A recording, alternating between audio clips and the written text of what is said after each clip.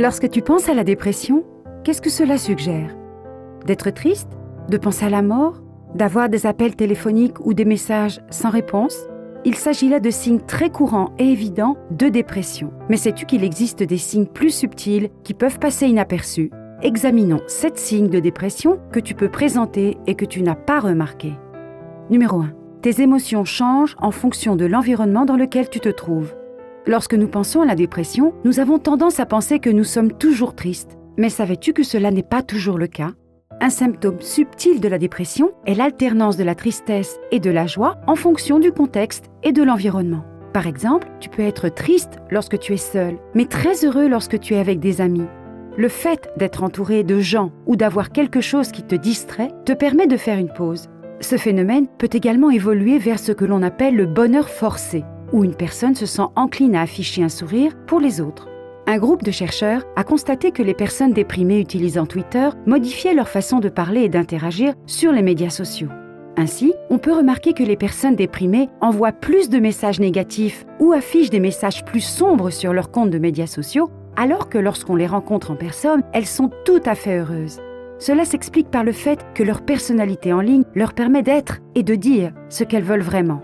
Numéro 2. Tu remarques des changements dans tes habitudes. Il y a un certain stigmate autour du fait de se coucher tard. Lorsque tu reçois des notifications ou des SMS d'un ami aux petites heures du matin, tu n'y penses peut-être pas. Mais si tu remarques qu'il le fait de manière plus régulière, cela peut être une source d'inquiétude. D'autres habitudes peuvent être perturbées. Manger, se laver, s'habiller et se rendre au travail, à l'école ou à d'autres rendez-vous. Ignorer ses besoins humains fondamentaux, ce n'est pas prendre soin de soi. C'est peut-être le signe qu'il y a plus en jeu que le simple fait d'être fatigué ou de se sentir léthargique. Numéro 3. Tu commences à te blâmer pour certaines choses, même si ce n'est pas de ta faute. Lorsque tu as fait quelque chose de mal, il est important d'en assumer la responsabilité et de rendre des comptes. Mais as-tu déjà remarqué que quelqu'un s'excuse pour tout, même pour des choses qu'il n'a pas faites? Tu dis « J'ai mis du jus de fruits sur ma chemise ». Il te répond « Je suis désolé ». Toi, tu dis « Il pleut, je voulais aller courir ». Et il te dit « Je suis désolé ».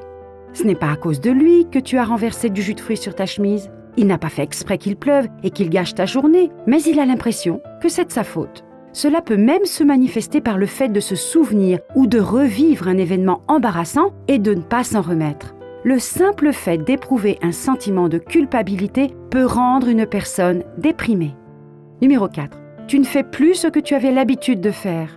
As-tu remarqué qu'un certain ami a décliné plusieurs de tes invitations à sortir ces derniers temps?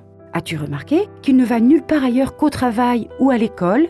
Ou peut-être y a-t-il un ami qui continue à se présenter à des passe-temps tels qu'un entraînement sportif ou une répétition musicale, mais qui a perdu tout plaisir?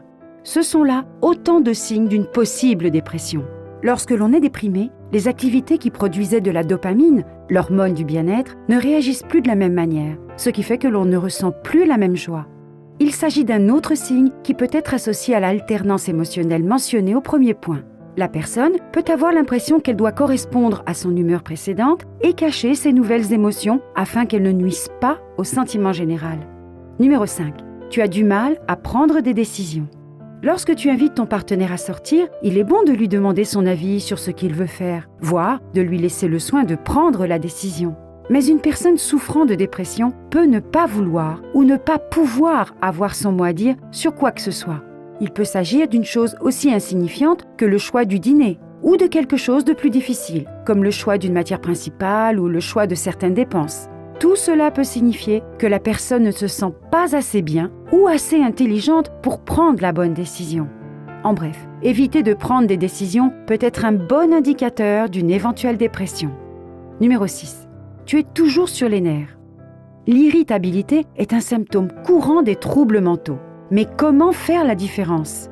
Disons que tu aimes bien quelqu'un et que ton ami le sait. Si ton ami commence à flirter avec la personne que tu aimes devant toi, c'est une situation où l'irritabilité est une réaction valable et raisonnable. Mais disons que tu as un colocataire et une télévision commune. Tu veux regarder un film après le travail. Mais quand tu rentres chez toi, ton colocataire est déjà en train de regarder quelque chose, ce qui te pousse à t'énerver contre lui. La réaction est disproportionnée par rapport à la situation. Bien sûr, il est ennuyeux que quelqu'un regarde la télévision, mais c'est quelque chose qui peut être résolu par une simple conversation. Tu aurais pu demander à ton colocataire si cela le dérangeait que tu regardes un film après qu'il est fini.